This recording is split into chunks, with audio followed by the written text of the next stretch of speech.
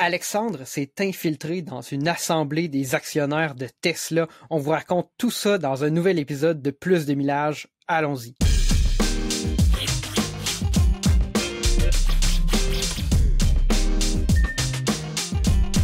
Donc, Alexandre, la semaine dernière, tu t'es infiltré dans une assemblée des actionnaires de Tesla au Texas, à la Gigafactory.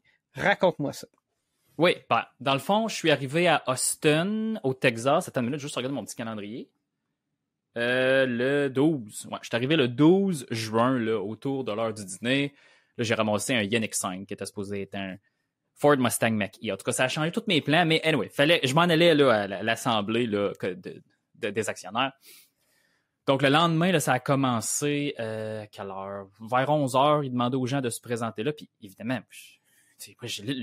j'avais aucune idée à quoi m'attendre. Tout ce que je savais, c'était que dans le planning de cette invitation-là, peu importe là, du programme qu'il y avait là-bas, qu'il y avait une visite de l'usine. Puis, vous me connaissez, là, moi, c'est l'ingénierie, c'est des usines d'auto, j'en ai visité plein. Puis, je vais en visiter une autre. Fait que là, tabarouette, Tesla. On va aller voir qu'est-ce qui se passe à l'intérieur de ça. Donc là, je me présente là, puis là, c'est aux États-Unis, hein, fait qu'il y a un contrôle de sécurité, les armes à feu, moi, je suis comme un Canadien, je monte mon permis de conduire. T'sais. Ah, monsieur, de l'Ontario, oui, de l'Ontario. Puis là, je rentre là, il me donne une pause. Puis là, dans le fond, là, tu réalises que l'usine est grosse, hein, ça a 2 km de long. 2 km de long, par à peu près 200-300 mètres de large. C'est avec là, l'usine de Boeing à Everett. C'est ça. Ben, en tout cas, je l'ai visité, l'usine que le 747 puis le 787 est faite là, puis le 777, puis peu importe. À Seattle, je l'ai visité aussi, cette usine-là. Puis ces deux édifices-là se compétitionnent comme le plus gros bâtiment au monde. C'est assez impressionnant. Fait qu'on arrive là, puis là, il y a une rangée d'autobus. Fait que là, je commence à comprendre que, OK, là, dans le fond, ils vont nous embarquer dans des autobus, puis là, je sais pas ce qu'ils vont nous faire, puis là, on va faire le tour du énorme terrain, puis éventuellement, on va se rendre vers l'entrée de cette usine-là, que j'avais aucune idée c'était où. Fait qu'en tout cas, on embarque dans les autobus, ils nous font faire le tour de l'usine. Puis là, tu sais, je me rends compte rapidement, l'échelle de cette usine-là, ça n'a pas de bon sens. Là, il y a une extension de l'usine que je ne sais pas ce qu'ils vont mettre là avec du verre, apparemment, qui creuse un tunnel en dessous de l'autoroute pour pouvoir envoyer les véhicules terminés dans ce tunnel-là, de façon autonome ou pas. Ça, c'est pas important, là, je ne connais pas ce détail-là. Puis dans le fond, ils ont un centre de livraison puis de logistique de l'autre bord. Fait que là, qui fait ça? Même moi, je me dis, c'est-tu vraiment nécessaire de faire une passerelle, peut-être par-dessus l'autoroute, mais là, c'est une question que dans la municipalité, au Texas, tu peux pas construire par-dessus ou par en bas les droits. Là, je sais pas, c'est pas important, mais ça, j'avais trouvé ça impressionnant. Puis là, après ça, t'arrives, là, tu débarques des genre 8 autobus. T'arrives dans une genre de petite place. Là, c'est probablement l'entrée principale de cette usine-là. Puis évidemment, là, je vous mets plein d'images. Puis là, dans le fond, Tesla avait tout mis. Hein, puis dans le fond, toute cette histoire-là, c'est un show, en fait. C'est un show pour les actionnaires. Puis pour les influenceurs qui iront là puis qui veulent aller prendre des photos, tout ça. Fait que là, il y avait des Cybertrucks, il y avait un kiosque avec un moteur démonté, des cellules de batterie. Il y avait la Model 3 Performance. Quand même, ça j'ai trouvé ça intéressant. Tout de suite, j'ai vu la Model 3 Performance, je me suis en allé là, j'étais allé la voir. Les sièges, c'est vraiment bien. Là. Ça, j'ai pu m'asseoir dans un Cybertruck. Model 3 Performance, mais il y avait tellement de monde autour du Cybertruck que c'est comme quand, mettons, j'aime ça aller dans les salons de l'auto aussi, Détroit, moi puis gars, on est allé une couple de fois, mais tu vas là dans une journée publique, il y a tellement de monde, là. Tu peux pas apprécier, juste faire le tour du véhicule, toucher les panneaux, tout ça. Fait que je me suis dit, éventuellement, là, je passerai du temps, là, tout seul, là, ou avec Gab, là, avec un Cybertruck, puis on verra. Là. Fait que je me suis pas vraiment attardé à ça, là. J'étais plus intéressé à voir qu'est-ce qui allait se passer à l'intérieur de l'usine. Donc, en tout cas, là, tu fais le tour. Il y a une affaire que j'ai trouvé bien aussi avant que j'aille dans le détail de ce qui s'est passé là. C'est que c'était bien organisé. Il y avait des food trucks, il y avait de la bouffe. Moi, je pensais, là, hey, check bien ça, il y aura rien. On va être pogné là. Puis là, moi, je vais capoter. Parce que, tu sais, moi, je suis personne un peu agoraphobe. Là, j'aime pas les foules, vraiment. Mais en tout cas, c'était bien organisé. Je me sentais bien. Puis c'était accueillant. Combien de gens il y avait à peu près, Alex? Compter le nombre de chaises. Je serais prêt à dire entre 250 et 500 personnes. Mais j'ai rien compté. Fait que là, c'est là, dans le fond, là, le planning, là, j'attendais. Là, moi, j'étais comme dans le groupe D des visites. Là, chaque visite, c'était 30 minutes. Fait que là, j'attendais. Fait que là, moi, je tournais en rond. Genre, tu sortais dehors, je rentrais dehors, je buvais de l'eau parce qu'il faisait 40 degrés. Je sortais dehors, je rentrais dehors. Mais tu sais, à un moment donné, t'avais fait le tour vite, là. T'as juste accès au lobby de l'usine où ils ont toutes mis les chaises. Là, après ça, il y avait comme 3-4 food trucks dans un bar. Puis après ça, t'avais tous les autos dehors. Mais là, après 15 minutes que t'as fait le tour là, de la Model 3 Performance puis de Cybertruck, là, à un moment donné, t'en reviens, là. Puis là, j'ai discuté avec un peu de personnes, mais les gens ne voulaient rien dire. Ça m'a surpris parce qu'il y avait un ingénieur qui travaillait en aérodynamique sur la Model 3 Performance. Puis j'ai posé des questions. Ah, c'est pas mon département. Ah, c'est ci, c'est ça. Regarde. Évidemment, moi aussi, chez mon employeur, si un commun des mortels me demande des secrets industriels, je ne dirais pas. Fait je comprends un peu, mais je m'aurais attendu à un peu plus d'ouverture sur certaines questions qui étaient plus des questions ouvertes. Là. Je voulais savoir juste comment il avait designé le diffuseur à l'arrière, puis c'est quoi le pourcentage d'amélioration. Tu peux me le dire, le pourcentage d'amélioration par rapport à la génération précédente, tu as le droit. Mais il ne voulait pas. Fait que j'étais un peu déçu. Fait que je ne sais pas c'est quoi le pourcentage. Tu sais, la voiture overall est 9% plus aérodynamique, mais je ne sais pas le diffuseur arrière, c'est quoi la performance supplémentaire ou le downforce, peu importe. Fait qu'en tout cas, puis là, la partie que moi, je m'attendais le plus de cette histoire-là, ben, c'était d'aller voir à l'intérieur de l'usine. Parce qu'après ça, l'assemblée, je me dis, je vais être assis là, ça va être intéressant, mais c'était pas ça que j'allais voir, tu sais. Fait que là, on te fait la file, ils te donnent des équipements de protection personnelle, les lunettes, tout ça. Fait que là, on rentre dans l'usine. Là, moi, je me disais, on va peut-être pouvoir prendre des images. J'étais un peu naïf, hein, parce qu'évidemment, c'est sûr que non. Si je suis dans une usine avec des gens qui travaillent là, qui n'ont pas consent à se faire filmer. Fait que c'est un peu logique. Donc, tu peux pas filmer. Mais je vais vous raconter quand même ce que j'ai vu. Puis là, c'est là, Gabriel, que je trouve que ça devient vraiment intéressant. Les portes ont ouvert, puis on est rentré dans le plancher de production. Puis moi, des usines, je travaille là-dedans à tous les jours, j'en ai vu, puis toutes les sortes. Il y a du monde, là, ça fout. Il y a 27 000 employés dans cette usine-là. C'est pas juste sur les lignes d'assemblage. 27 000. Tu sais, il y a un stationnement à étage plus gros qu'à l'aéroport de Québec.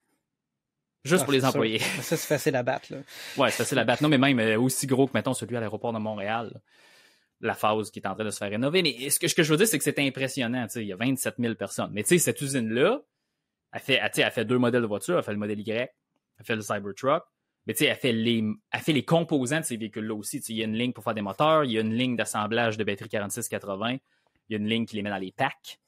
Ils font les castings, ils vont faire les panneaux de stainless pour le Cybertruck. Il y a plusieurs lignes d'assemblage qui ne sont pas reliées nécessairement à l'assemblage d'un modèle en particulier, puis c'est des parties qu'on n'a pas vues. Mais évidemment, c'est par déduction, je soupçonne que tout l'espace là, est utilisé par ces affaires-là. Donc, en tout cas, on rentre dans la ligne d'assemblage générale. Puis c'est ça qui est intéressant, c'est que genre toutes les lignes finissent au même endroit. Là, tu avais le modèle Y d'un bord, puis la partie neuve qui était essentiellement le Cybertruck. Puis là, moi, je m'attendais pas à ce que ça soit à pleine vitesse. T'sais, moi, je me dis, ils vont te faire visiter ça parce que non, tu roulais là, puis là, tu vois les autos passer sur des robots là, qui sont guidés là, par des tracks, là, des aimants sous le plancher. Mais ça, tu vois ça dans plein d'usines. Là, même une usine au Québec, là, Domptard, là, pâte et papier, une usine super moderne, là, ils ont ça un peu partout. En tout cas.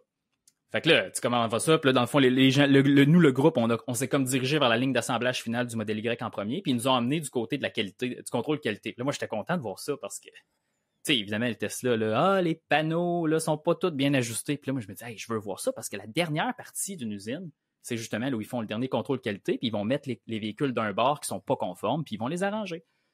C'est vraiment bric-à-brac, la ligne du modèle Y, parce que les véhicules finissent d'être assemblés, puis là, sont tous beaux, tous peinturés, tous luisants. Puis là, tu as des petits, tu sais, mettons, je vais dire un terme québécois, là, des abris tempo avec énormément de lumière, néon. Puis dans le fond, ce que ça fait, c'est que ça fait ressortir les défauts de peinture. Ça, tous les constructeurs, allez voir sur une ligne d'assemblage sur YouTube, tous les constructeurs ont ces tunnels de lumière-là, avec plein de gens avec des gants blancs, qui passent leurs mains, qui regardent tous les défauts de peinture et l'ajustement des 10 panneaux. Puis ils checkent absolument l'uniformité des gaps des panneaux de carrosserie, mais ça, c'est la ligne du modèle Y.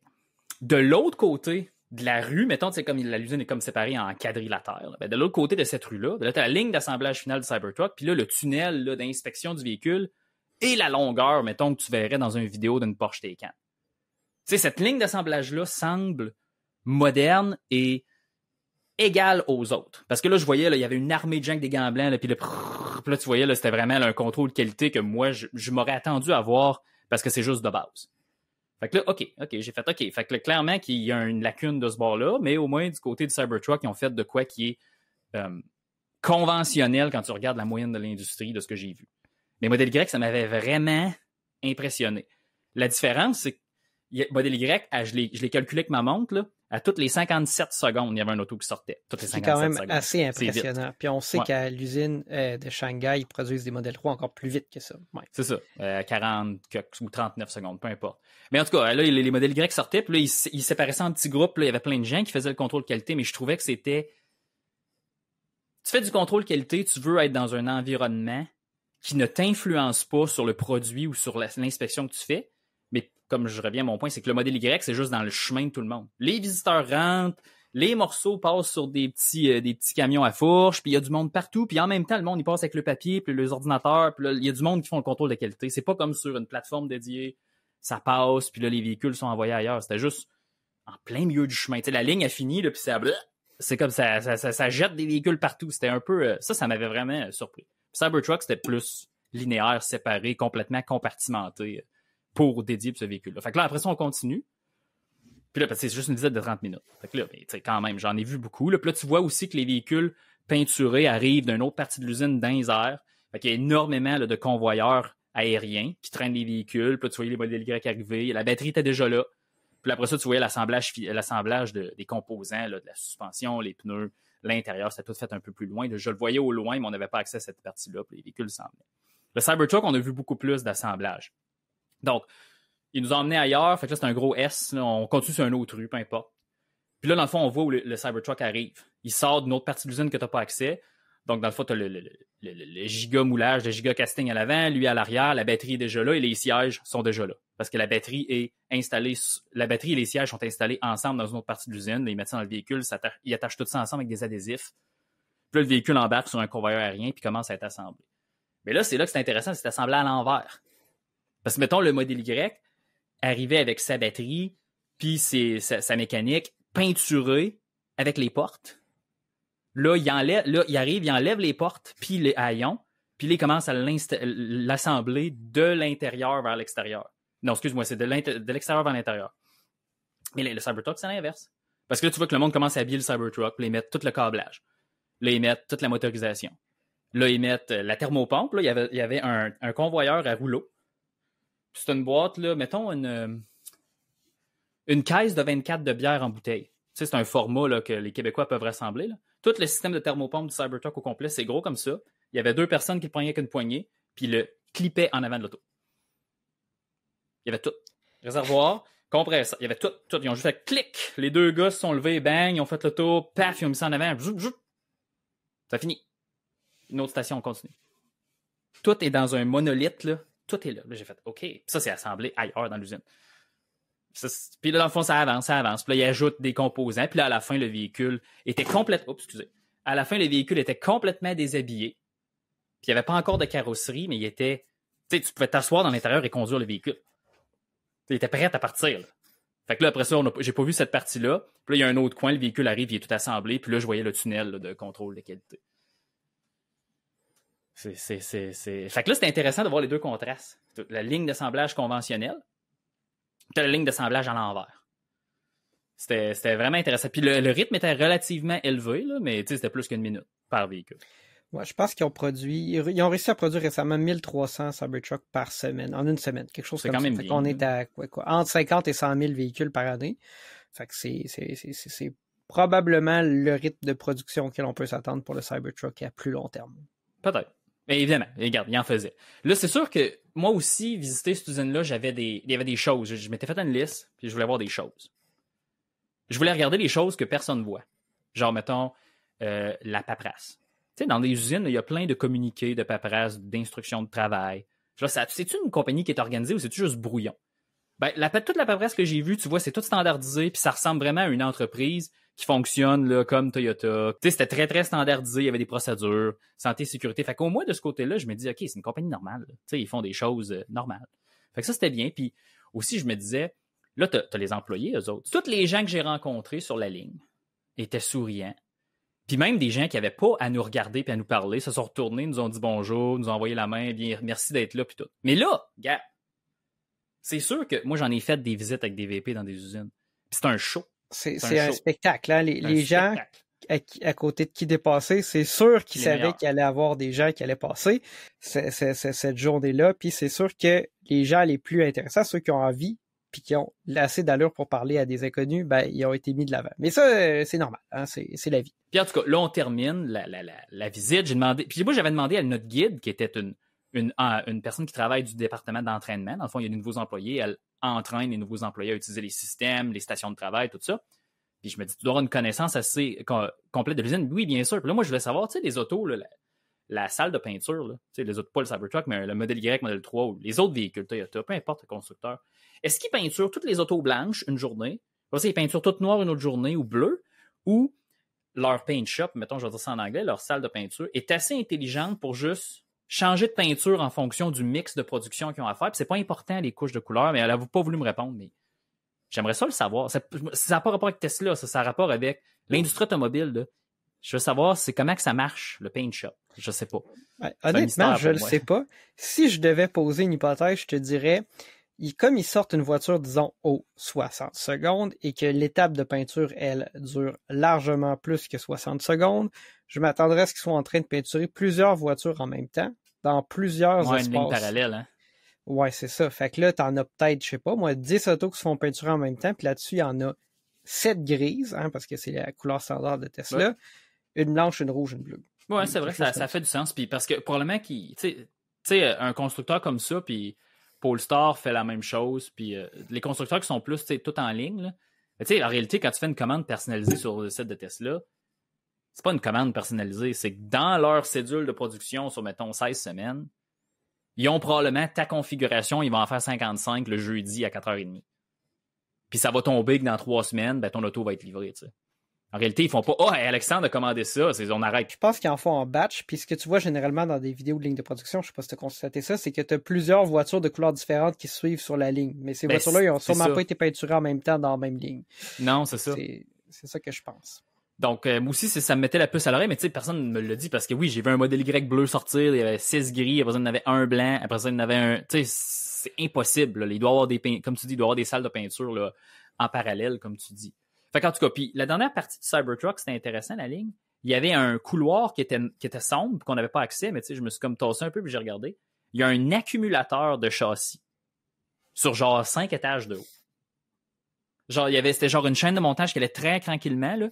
Puis il y avait des centaines de châssis avec des batteries et des sièges. C'est comme un distributeur de bonbons pèse, mais c'était des châssis qu'il y avait dedans. Ben, moi, ce que je pense, c'est que dans le fond, la partie qui fait les castings, puis le châssis, puis met la batterie avec les sièges, ça va beaucoup plus vite, puis c'est beaucoup plus automatisé que la chaîne d'assemblage finale, que ça a besoin d'humains pour installer une clip avec un collant, puis des choses que tu as besoin d'un humain pour faire. C'est toutes les chaînes d'assemblage finale d'automobile, là, où tu mets des boulons, tu mets un rotor là, de frein. Tu as besoin d'humains pour faire ça, c'est des tâches qui sont complexes.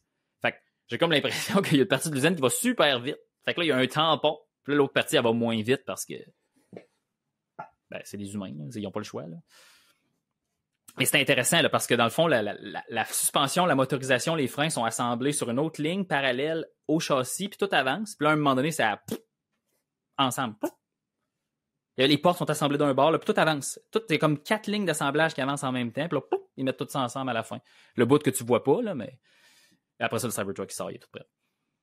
Mais c'était vraiment intéressant. Fait que ça, c'était la visite là, de 30 minutes. Après ça, on rentre. Ben, j'allais te demander, et puis là, qu'est-ce qui s'est passé après? Est-ce que c'était le moment de l'assemblée ou il y a eu d'autres choses? Ben là, c'était pas le moment de l'assemblée encore parce que c'est long. Parce que là, dans le fond, il y avait 8 autres groupes de visites après moi. Fait qu'une demi-heure chaque, là, c'est peut-être pas 8 autres, mais peut-être 4-5. Il y a eu une grosse heure et demie avant l'assemblée. Ça a commencé à 3h30. Mais c'était pas Elon Musk, c'était là. Il y a eu un genre de 40 minutes d'assemblée d'actionnaires. Puis là, je ne vous ferai pas part de toute la procédularité de ça. Le bout qui a été critique dans cette visite-là, qui m'a choqué, je te dirais, ça m'a choqué un peu, c'est qu'à un moment donné, n'importe quelle compagnie par action a une assemblée d'actionnaires. Puis le conseil d'administration de cette compagnie-là va proposer des amendements à la convention de la compagnie ou, mettons, des changements de stratégie importants aux actionnaires. Ces actionnaires-là vont voter. Puis, dans le fond, c'est relativement démocratique comme processus. Mais si tu es actionnaire, peu importe, tu peux proposer des propositions, des amendements. Donc, il y avait des propositions d'amendements qui sont obligées par la loi à être présentées à tout le monde devant ça, puis les gens votent dessus. Puis, le conseil d'administration recommande de voter pour ou contre. Il y avait une proposition, c'est là que, comme je te dis, j'ai trouvé ça particulier. La proposition, c'était, je vais vous faire grâce des détails, c'était que pourquoi que les autres compagnies sous le parapluie d'Elon Musk, tu sais, SpaceX, The Boring Company, Neuralink, XAI, X, Twitter, tout ça, pourquoi il n'y a pas d'action de ça?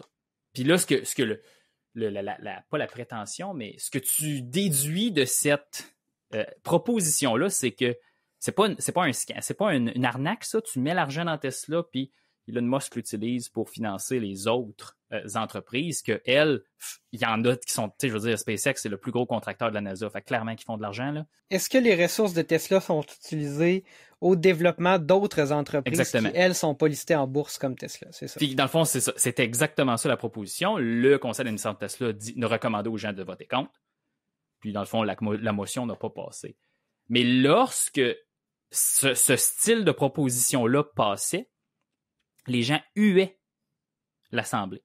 Les gens qui sont les actionnaires dans l'Assemblée huaient la personne qui était soit au lutrin qui proposait cette chose-là, c'était la personne qui l'amenait ou la personne qui était en ligne. Mais j'étais là, hey, vous êtes des adultes, là? C'est pas grave, là? Pourquoi vous l'avez eu? Puis ça, c'est venu me chercher tout de suite. J'ai fait, c'est donc bien une attitude de mauvais perdant. Genre, on s'en fout. Ils ont le droit de proposer des choses comme ça. En tout cas, ça j'ai trouvé ça. Ça, c'est venu me chercher. J'ai fait, mais c'est donc bien.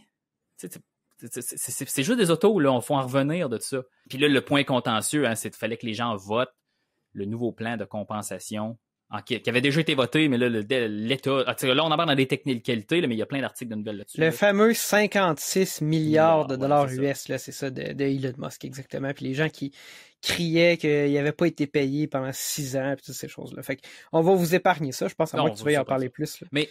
la dernière chose qui est annoncée, c'est que le vote a passé. Beaucoup de gens pensaient que ça voterait. T'sais, dans le fond, beaucoup de très, très gros investisseurs qui ont des actions de Tesla ont dit « je voterai plus à ça, on fait plus confiance. » Fait que c'était pas une controverse, mais c'était quelque chose qui était critique pour la continuité de comment Tesla est géré aujourd'hui, que ça passe. Parce que sinon, ça aurait été un changement de stratégie. Je le sais pas, peu importe. On le saura pas, ça s'est pas passé. Fait que là, le vote était approuvé. Puis là, OK, là, le monde applaudit. C'était « ouais, OK, tu comprends. Ouais, regarde, c'est ça que le monde veut, tu sais. » Puis là, Elon Musk rentre sur scène en dansant. Puis là, j'ai fait, OK, c'est vrai, là, j'avais oublié qu'il se pointait, là. Fait que là, je suis là, OK, là, il est là, il danse.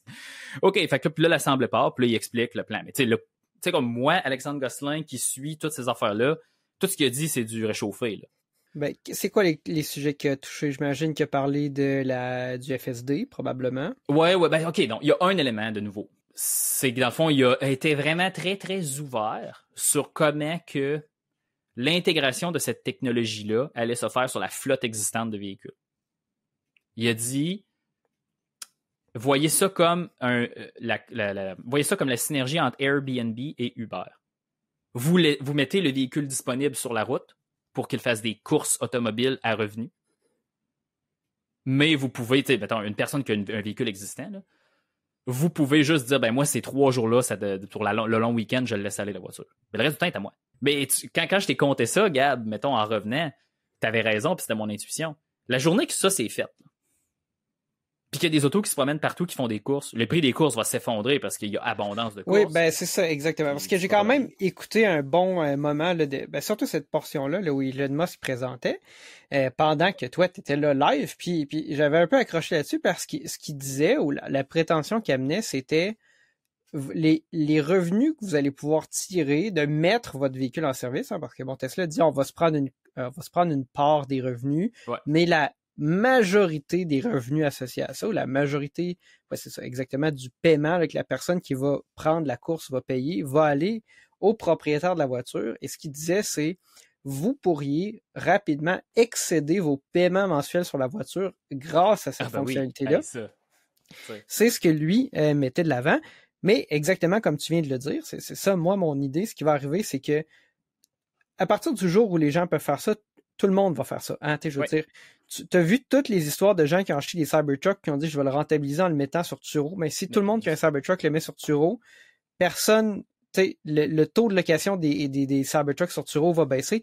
Ben, ça va être exactement la même chose pour ces courses-là. Hey. Pour rester pertinent, les prix vont devoir baisser. Et donc, c'est vrai que je suis convaincu qu'au début, dans la première année, il y a des gens, puis ça a été vrai avec DoorDash puis Uber, puis tout ça, au début, c'est super payant parce que il y a peu d'offres, beaucoup de demandes. Hein. C'est comme dans les heures de gloire de Amigo Express quand j'aimais ça. Mais là, c'est plus comme ça. Ben, ça va être la même chose. Les prix vont devoir baisser parce qu'il va y avoir une question d'offre et de demande, puis c'est comme ça que le marché fonctionne. C'est pas mal en soi que tu fasses pas de revenus. Parce que je veux dire, ça va quand même offrir un... Si cette technologie-là se réalise et est intégrée maintenant à la vie de tous les jours, supposons, très, très probable, ben rapidement, ce système-là va offrir un service qui va être bénéfique pour tout le monde. Je veux dire, des courses faciles, t'appelles ton téléphone, des véhicules viennent te chercher, tu vas à l'aéroport. Ça va avoir des bienfaits. Là, je ne sais pas c'est quoi l'impact que ça va avoir sur le transport en commun. Moi, je suis un gros défenseur du transport en commun. Tu sais, j'adore les voitures, mais le transport en commun, c'est parce que c'est du transport de plus haute capacité. Là. Je dis, ça prend moins de place. C'est juste plus efficace. T'sais.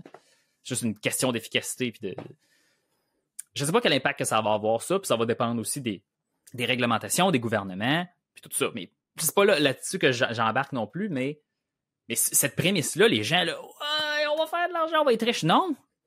La compagnie va faire énormément d'argent. C'est son Tesla va faire de l'argent au volume, effectivement. Est-ce que vous allez faire de l'argent? Non.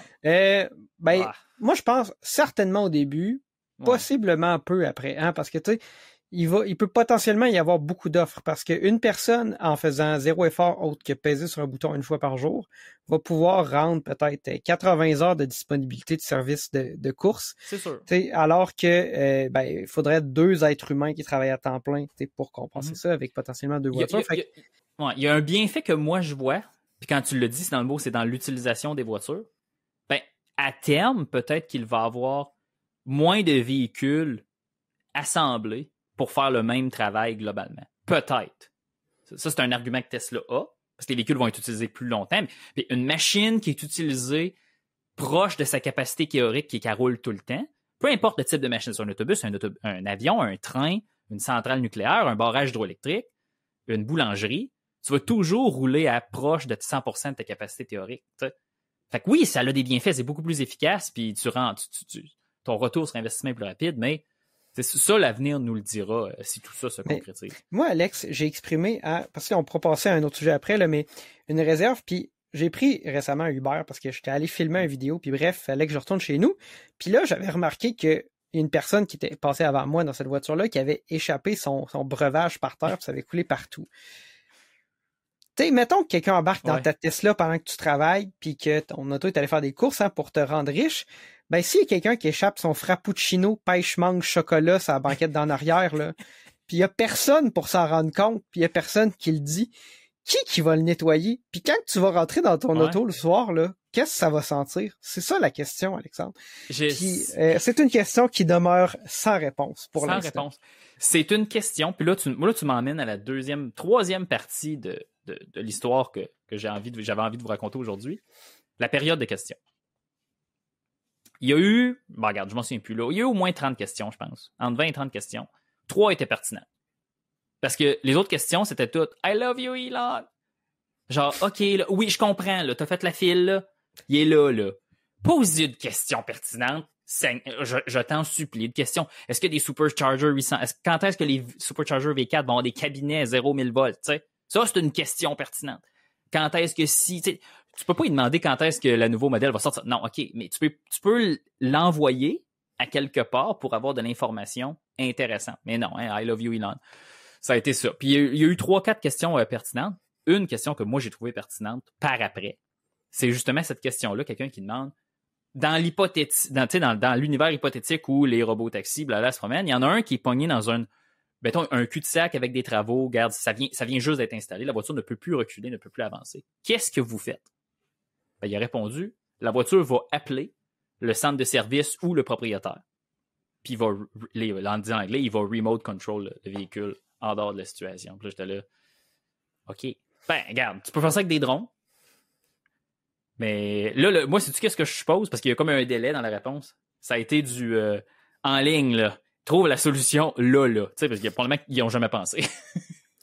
Ben, probablement qu'il y a quelqu'un qui a pensé, peut-être qu'Elon Musk connaissait pas la réponse puis a essayé de déduire qu'est-ce qu'un de ses employés avait pensé. C'est plausible. Et donc, on pourrait s'attendre à avoir des centres, peut-être, puis ce serait peut-être même pas localement, peut-être même pas dans le même pays, où il y aurait des gens qui seraient assis devant des simulateurs de Tesla, exactement, pour contrôler les voitures dans ces situations-là.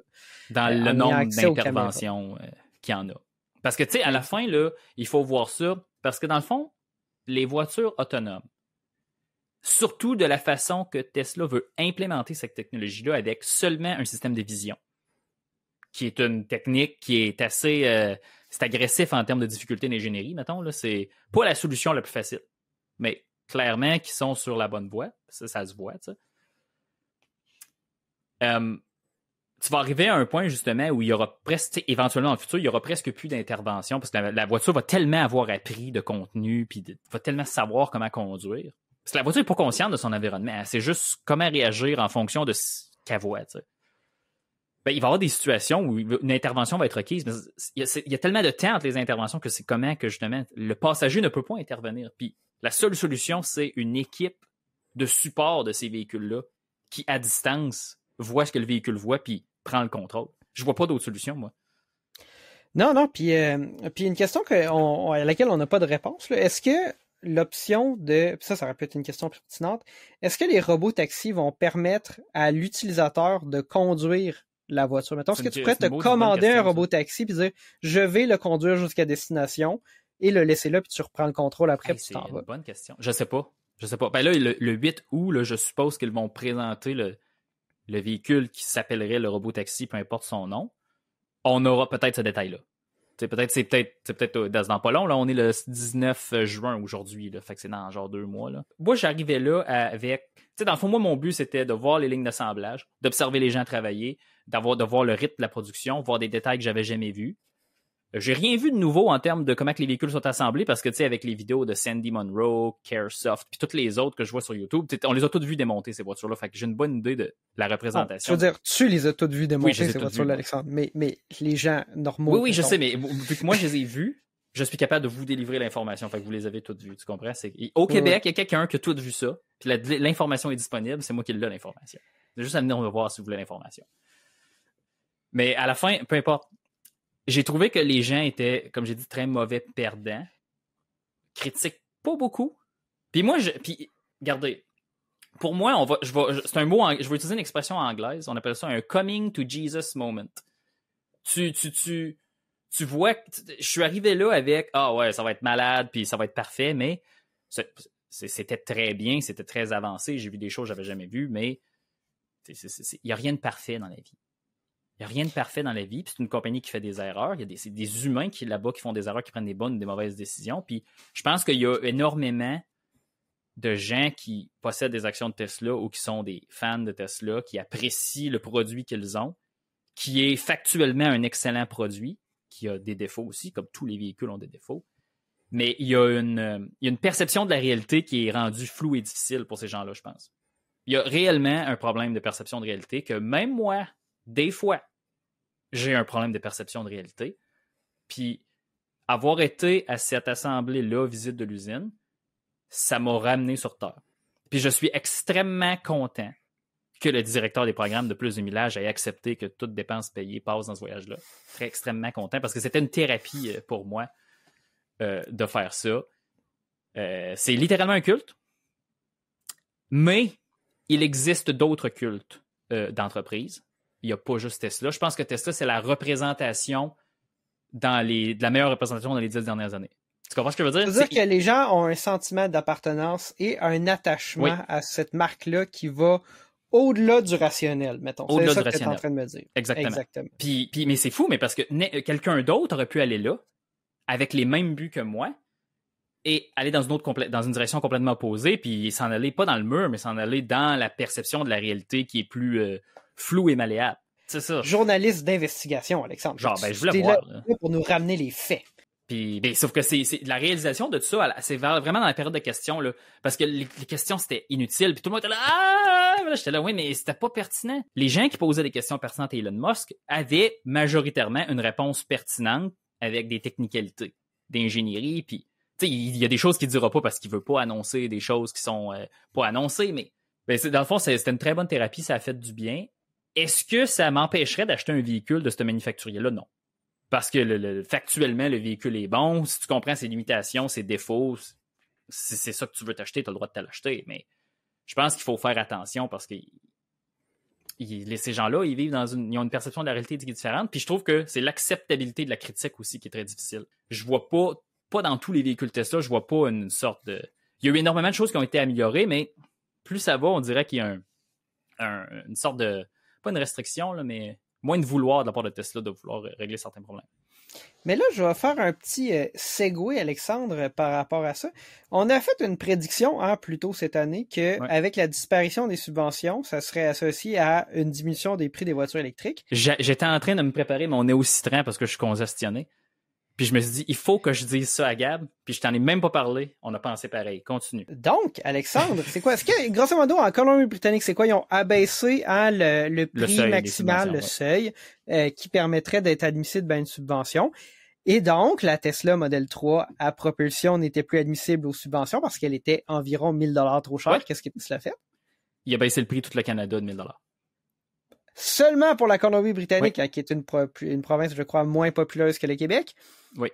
Et donc... Attends une minute. Au Colombie-Britannique, l'adoption des véhicules électriques est un peu plus élevée qu'au Québec par capita. Donc, tu sais, au Canada, les deux marchés automobiles de voitures électriques les plus importants, c'est la Colombie-Britannique et le Québec. Puis, ils s'échangent la première, deuxième place tout le temps. C'est pas important, ce bout-là. Tu sais, la Colombie-Britannique et le Québec, c'est les premiers de classe là-dedans. Puis, t'as entièrement raison. C'est fascinant. Fait que là, la Model 3 propulsion est à 49 990 pour tout le monde au Canada maintenant. Puis, le 1er janvier 2025, Gab, je sais pas. Je sais pas quel prix ça va être. Écoute, puis je veux dire, je prédis pas que systématiquement le 2 janvier la voiture ou le 1er janvier la voiture va baisser 3000 $. Honnêtement, je m'aventurerai pas à faire cette prédiction-là parce qu'il y a un ensemble de facteurs qui entrent en ligne de compte. Toujours. Et ça, ce n'est qu'un des facteurs. Puis là, anecdotiquement, on avait raison dans ce cas-ci. Mais écoute, les Mach-E, Alexandre, étaient en rabais de 8000 $ cette semaine, en plus des 12 000 $ de subvention. Mm-hmm. Et donc, 8000 $, c'est plus que 7000 moins 4000. Hein? Fait que le prix descend plus vite que les subventions descendent. Et donc... Mm-hmm. Ben, moi, je trouve que c'est positif, raison. Ça. Ben oui, on avait raison, mais c'est pas correct de dire ça devant tout le monde qu'on avait raison. Mais oui, on avait raison. Mais c'est pas parce qu'on est meilleur que les autres, c'est juste, tu observes, puis tu réfléchis. C'est juste ça. Ben, c'est ça, c'est parce qu'à un moment donné, c'est facile de trouver la solution ou prédire l'issue si elle est très évidente et facile à déterminer. Fait que c'est pas parce qu'on est intelligent, c'est juste parce que c'était facile à trouver. Non, c'est ça. Mais en tout cas, juste pour conclure, ça fait une quarantaine de minutes qu'on est ensemble. Puis, je suis vraiment content d'avoir fait ça. C'est un format qu'on n'a jamais fait, en fait. Je suis juste en train de faire une discussion ouverte sur un sujet. C'est sûr, j'ai dit que les gens étaient mauvais perdants et n'acceptent pas la critique. C'est ma perception d'une assemblée une fois. OK? Donc là, moi, je vais vous ramener comme moi ce que j'ai vu en dedans de 5 heures. Puis à la fin, vous tirerez vos conclusions de ce que vous voyez. Je suis pas là pour essayer d'être blessant avec des gens. Je fais juste dire que des fois, c'est bien de juste prendre un pas de recul puis de réfléchir. Puis de voir que des fois, OK, c'est peut-être pas ma meilleure shot, ça. Parce que ça sert à quoi de manquer de respect ou d'être mauvais perdant envers les autres? C'est des autos. C'est des autos. Faut pas capoter. Effectivement. C'est juste des voitures. Puis, on va quand même te féliciter parce que tu es le premier journaliste automobile au Québec à avoir réussi à intégrer une assemblée annuelle des actionnaires de Tesla. C'est un événement quand même très, très, très exclusif sur invitation seulement. Fait que chapeau à toi d'avoir réussi ça. Ouais. Puis, c'est sûr. Oui, ça c'est impressionnant. Mais c'est parce que, en fait, ça, c'est une autre chose. Cette compagnie-là. On peut pas envoyer un courriel à Tesla et dire hey, telle semaine, on aimerait ça avoir modèle Y, 2 roues motrices, on voudrait faire défi 500 km. Non, ça marche pas comme ça. Ils se sont améliorés, Tesla, là, quand un nouveau modèle sort, là, ils ont à peu près 5, 6, 7 influenceurs qui ont déjà filmé une vidéo à l'avance, ça sort. OK, ça, c'est bravo, hein, ils commencent. Mais ils n'ont pas un département de PR comme GM, Volkswagen, Honda, Toyota auraient, puis que nous, plus facilement, en ayant les bons contacts, on peut aller chercher un véhicule, le tester pour vous, puis vous présenter les résultats. Fait qu'il faut passer par des chemins différents pour avoir accès à de l'information que Tesla délivrerait d'une autre façon s'ils avaient un département plus traditionnel de marketing. Exactement. Et la seule manière de gagner l'attention des quelques personnes qui travaillent en marketing chez Tesla, c'est d'avoir énormément de notoriété et de popularité. Oui. Et pour ça, on a besoin de vous. Il faut vous abonner, cliquer sur la petite cloche pour être notifié la prochaine fois qu'une vidéo est disponible et parler de plus de millage à un ami. Absolument. Donc, merci de nous avoir écoutés. On va peut-être refaire des discussions comme ça, mais évidemment, il faut que ça vaille la peine. Il faut que ça soit une histoire qui vaut la peine d'être racontée. Donc, sur ce, à plus.